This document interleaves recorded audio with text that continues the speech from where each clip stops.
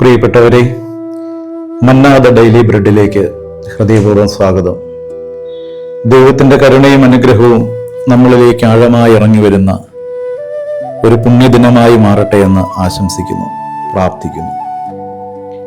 ക്രിസ്തുവിനെ ഹൃദയത്തിൻ്റെ ആഴങ്ങളിൽ ചേർത്ത് വെച്ച് സ്നേഹിക്കാൻ തുടങ്ങിയത് അവൻ പറഞ്ഞ ഒരു വാക്കിൻ്റെ അടിസ്ഥാനത്തിലാണ്. യോഹന്നാന്റെ സുവിശേഷം 8-ാമത്തെ അധ്യായത്തിൽ 11-ാമത്തെ വാക്യമാണത്. വ്യഭിചാരത്തിൽ പിടിക്കപ്പെട്ട ഒരു സ്ത്രീയെ കല്ലെറിഞ്ഞു കൊല്ലുവാൻ വേണ്ടി ആർപ്പുവിളികളോടെ ക്രിസ്തുവിൻ്റെ മുൻപിലേക്ക് അനേകം പേർ കൂട്ടിക്കൊണ്ടുവന്നു. എല്ലാവരുടെയും മുഖത്ത് പുച്ഛവും പകയും വെറുപ്പും വിദ്വേഷവും ഉണ്ടായിരുന്നു.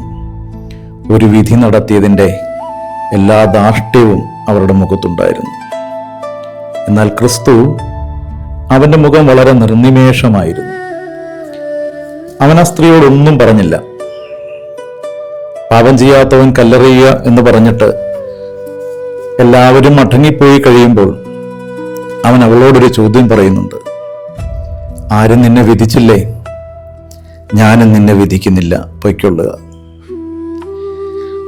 ലോകത്തിന് നമുക്ക് കൊടുക്കാൻ പറ്റുന്ന ഏറ്റവും സമഗ്രമായ സുവിശേഷം ഈ വാക്കിനകത്തുണ്ട്.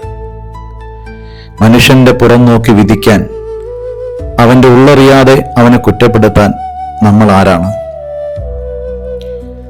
ഇത് നമ്മൾ നമ്മളോട് തന്നെ കൂടെ ചോദിക്കേണ്ട ചോദ്യമാണ്. പലപ്പോഴും മനുഷ്യന്റെ ഉള്ളറിയാൻ കഴിയാത്തവർക്ക് അവരെ വിധിക്കാനും അനുവാദമില്ല.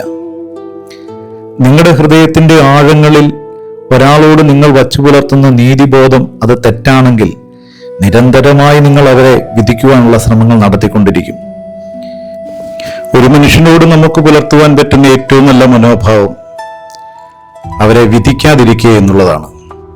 അതിനോളം സംശുദ്ധമായ ഒരു സുവിശേഷവും ഇന്നുവരെ ലോകത്ത് ആരും പ്രഘോഷിച്ചിട്ടില്ല.